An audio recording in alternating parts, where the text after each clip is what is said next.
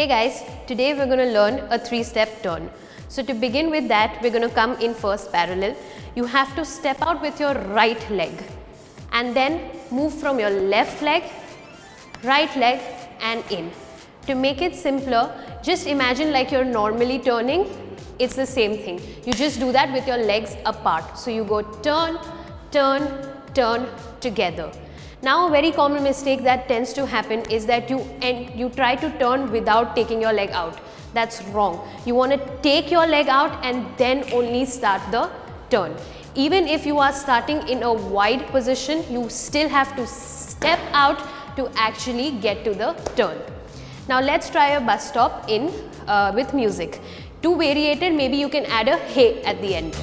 Okay, 5, 6, 7, you go 1, 2, 3, hey, 1, 2, 3, hey, 1, 2, 3, hey. And that is a 3-step turn.